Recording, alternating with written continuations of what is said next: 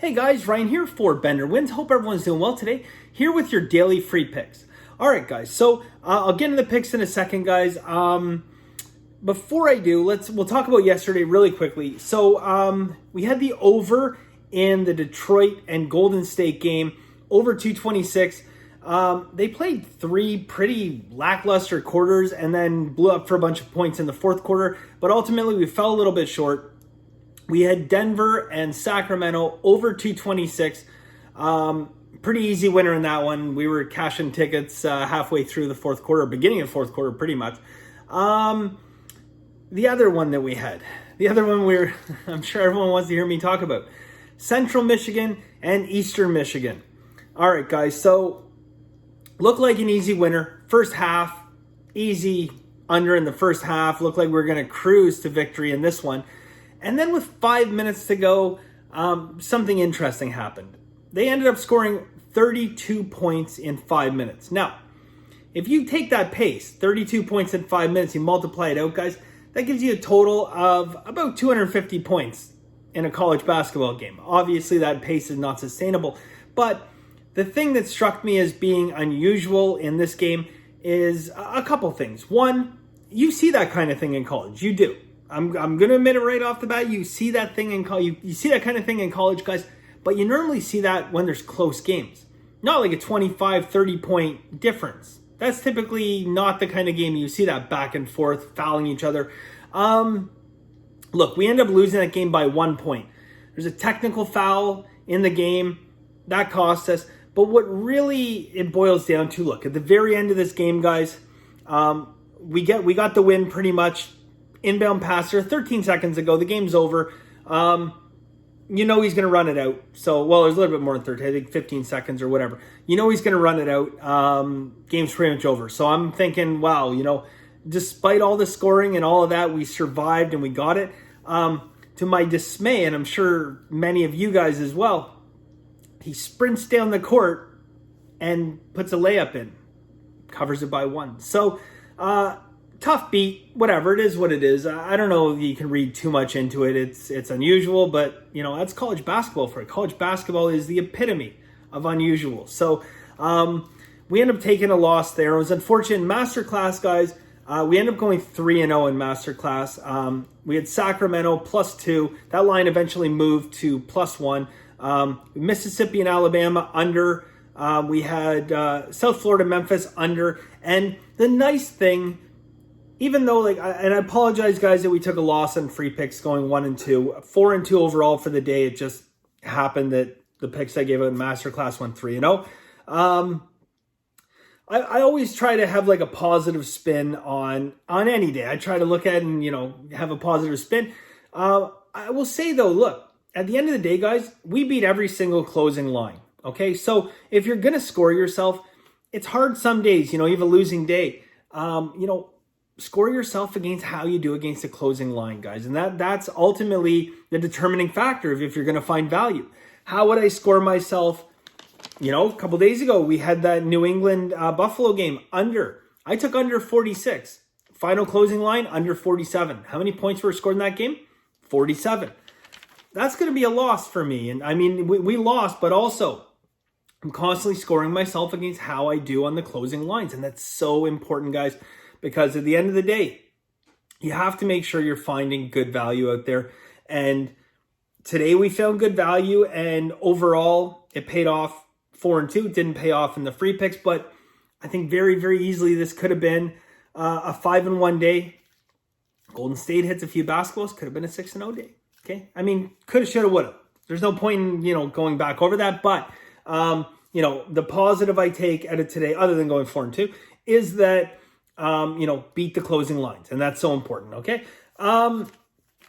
Something else I want to talk about. A few people messaged me about this. Someone commented on here about it. In the news, guys, Vegas set a 1-month record, an all-time record. $61 million win for Vegas in sports betting, okay? $61 million win. It beat their all-time high, which I believe was $58 million set back in 2018. All this with the pandemic, right? Now, I dove a little bit deeper into the numbers of this, guys. A little side note. This is the first month in the history of Las Vegas that the sports books made more money than blackjack. More money than blackjack. That's crazy. Blackjack only made $58 million. Only $58 million, right? Sports betting made them $61 million. Maybe they're going to pay a little bit more attention to sports betting and start increasing those limits. So their sports books are so conservative, guys. Among the professionals, like, this is a constant conversation. It's why we're also so excited for Circa to open up, because Derek, who owns Circa, he owns the D, Golden Gate. Talk to him at the Long Bar. If you guys been to Long Bar at the D, he's a very personal guy, hangs out there all the time. He's been at Circa quite a bit. I haven't been to Circa, unfortunately, because the border's closed, but he's a sports bettor. He's a through and through sports bettor, down to earth guy. And, we're all holding our breath, fingers crossed. Is this going to be the sports book that allows the high limit players to play? Because the bean counters that run the strip, guys, and that's what it is. These corporations that run the strip, they limit the potential of what these books could actually do. These books could make hundreds of millions of dollars and be a major, major part of the casino. But the bean counters that run the show just won't let it happen. They won't take the action. And ultimately, to me, guys, it's like, I relate this back to, I'm sure to run off on a tangent. I relate this back to the first time I ever went to buy an investment property, okay? And you guys might have heard, if you guys have tried to buy an investment property, we've all heard this story, okay? The first time I went and I looked at an upstairs, downstairs duplex, and, people come out of the woodworks and they kind of said, oh, don't do it, you're going to get bad tenants. And, there's people not going to pay you and they're going to destroy your property and it's going to be a huge headache. So don't do it. And everyone's heard that horror story, from, a friend of a friend's uncle's dog's cat who once owned an investment property. Say, don't do it, don't do it.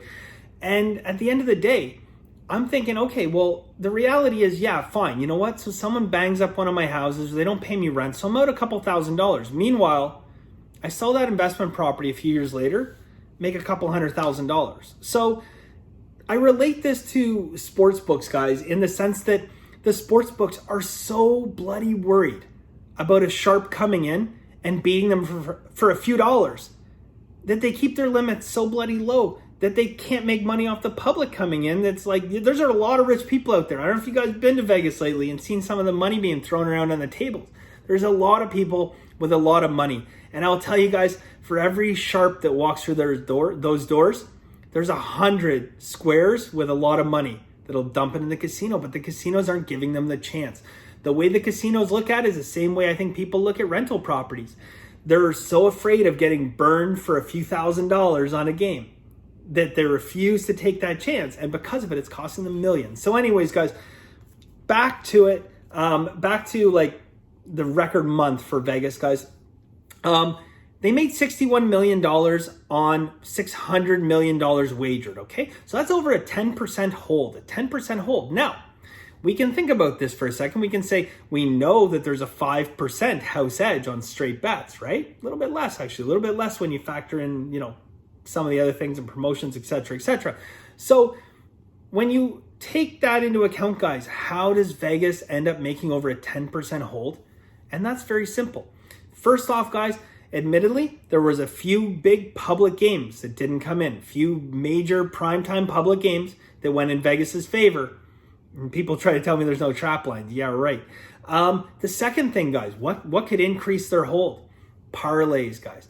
With the wide spread of legalized gambling, more and more people are feeling confident to go to a sports book and place a wager. The big intimidating factor in people going to Vegas and betting on sports is they don't know how to do it. They're afraid to walk up to that window and just place a bet. They don't know how to do it, but now they're learning and people feel more confident. So there's many more public people coming in and betting parlays, betting teasers, betting all these ridiculous things. And this is leading to a very high profit margin for Vegas. It's the only way you can explain a $61 million windfall on only $600 million wagered, over a 10% hold. So that's my take on it, guys. If you guys message me, that's my take. I think, look, the numbers are up because, there's not much else to do out there other than, maybe bet on some sports.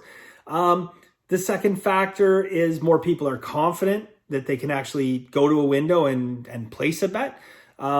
not everyone in Vegas that you go to place a bet at with the window are friendly. I mean, a lot of these guys, I don't know, like some of the books are so poorly run, it boggles my mind. Like, honest to God, I'm not toot my own horn. I could go into a Vegas sports book, guys, and I could make it like the most profitable book on the street. Okay, I seriously could. Like, just say, stay the hell away from me.